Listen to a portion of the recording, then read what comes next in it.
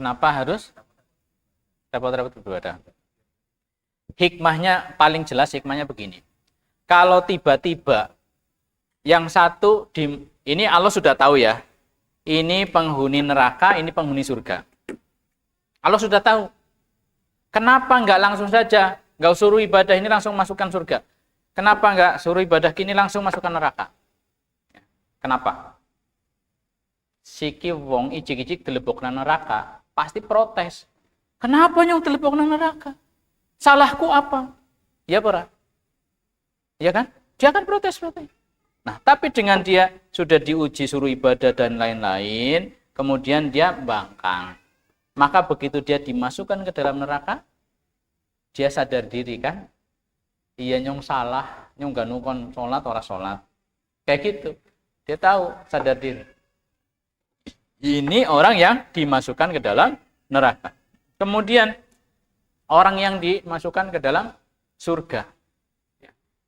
Tiba-tiba dia masuk surga.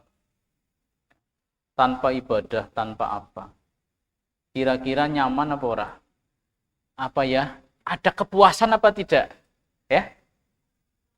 Icik-icik kepenak kayak gitu loh. Anak kepuasan apa ora? Tapi beda dengan orang, saya dulu lelah begini, alhamdulillah sekarang dibalas. Wah, itu ada kepuasan.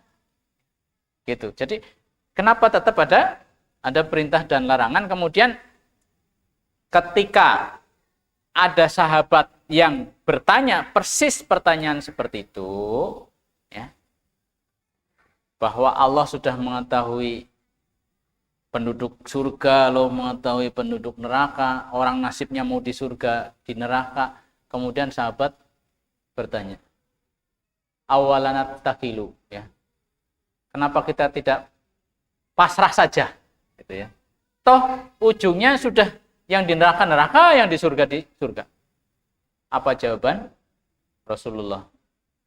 I'malu fakullun muyassarun lima khuliqalahu. Ya. Beramalah.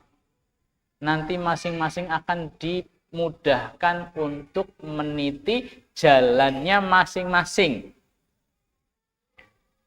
Artinya meniti jalannya masing-masing. Orang yang takdirnya di surga, nanti dia akan dimudahkan untuk meniti jalan-jalan surga. Amalan-amalan ahlul jannah. Akhirnya dia mau beriman, akhirnya dia mau sholat, dia mau zakat, dia mau puasa, dia mau haji. Ya, kayak gitu. Ini, orang yang calon ahlul jannah, maka kelihatan nih tracknya waktu di dunia. Kon ngaji gelem, kon sholat gelem, kon sedekah gelem, kon berjuang gelem. Ya. Ini kan contoh gambaran ahlul jannah, sudah kelihatan tracknya. Kalau dia lakukan itu karena hati, karena iman, pasti sampai ke surga. Tapi nanti ada nuwun sewu orang yang melakukan itu cuman golamis, cuman di dohirnya saja, hatinya sebenarnya tidak suka. Ini orang-orang munafik. Maka meskipun dia melakukan sholat dan lain-lain, nanti di ujung akhir hidupnya pasti akan kebongkar. Ternyata dia orang jelek. Akhirnya murtad dan lain-lain. Itu. Nah. Demikian sebaliknya.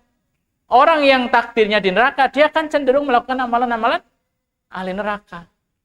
Ya mabuk, ya ini misalnya. Akhirnya sampailah dia ke neraka. Nah, kalau orang udahlah sudah takdir, angger takdirnya menang surga ya, meskipun yang menang baik surga. Nah, kalau kayak gitu, jelas dia takdirnya neraka. Karena untuk menjadi ahlul jannah harus sholat, harus beriman kayak gitu. Kalau ada orang seperti itu berarti takdirnya neraka. Wallahu a'lam bishawab.